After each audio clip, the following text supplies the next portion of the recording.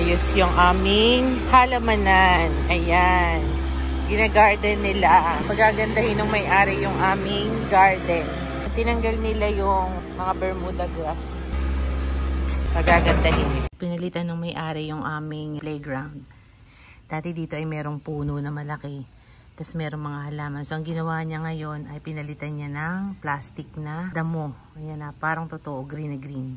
And nilagyan niya ng mga putol-putol na kahoy na dinurog. Ito yung damo, parang totoo. Plastic nga talaga.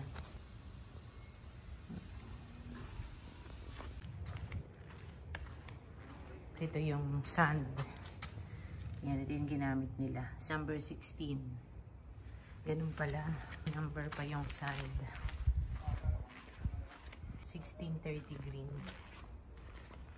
Tinanggal nila yung lupa. Tapos, pinakbak nila yung lupa. Tinanggal yung mga malalaking bato. Nilagyan nila ng mat. Ito. Yung lupa, nilagyan nila nito. Parang cover. Tapos nilagyan ng buhangin na medyo mabato. Tapos dinidigpi nila. Kakalagay nila. Pero nilalagyan nila ng mat. Para madali nga naman palitan just in case na magbago isip nila. Mapapalitan nila kaagad. Ito yung ginamit nilang pang cover. Para siyang paper. Ito naman yung mga lupa na may kasama ng konting bato. Meron pang ganito rin na inilagay. Tapos lupa. Didigpiin nila. Kumbaga layer by layer yung ikinabit nila.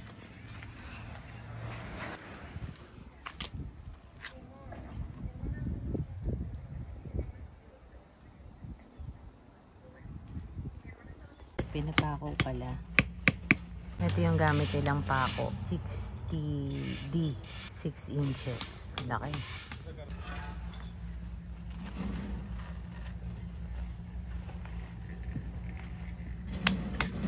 Kinakat niya. Kung ano yung sukat. Kakat niya. And then ito naman, pinapako niya yung mga gilid. Bago nila inilagay yung buhangin, pagkabasa ng tubig, dinigpi nila. Pagkadigpi nilagay na yung buhangin. Lapit na matapos. Maingat din talaga yung nagdi-design dahil talagang sinusukat rin nila. Hindi basta nilalagay lang. Meron din proper na sukat. Pinapantay. Madali lang maglagay, pero hindi. Tingnan nyo, pinapantay. Talagang nagpapakahirap si kuya. Ayun na yung nadigpi nila, na binasa nila ng water. Tapos lalagyan nila ng number 16 na buhangin. Tapos yung iba naman, nandun. Nagpe-prepare sila. Yan. Yan na, ikakabit na nila yung kalahati.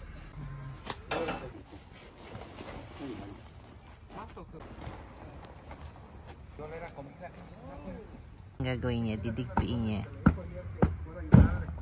Para mas lumubog. Ayan. Finish. Ito na yung ating bagong ground. Ayan. Hindi na niya nilagyan ng halaman dahil nga para makatipid daw sa water. Medyo malakas sa water. So, sand yung kalahati. Ayan, puro sand. And fake grass yung inilagay niya. Ayan. Fake grass. Yan na yung ating final touch.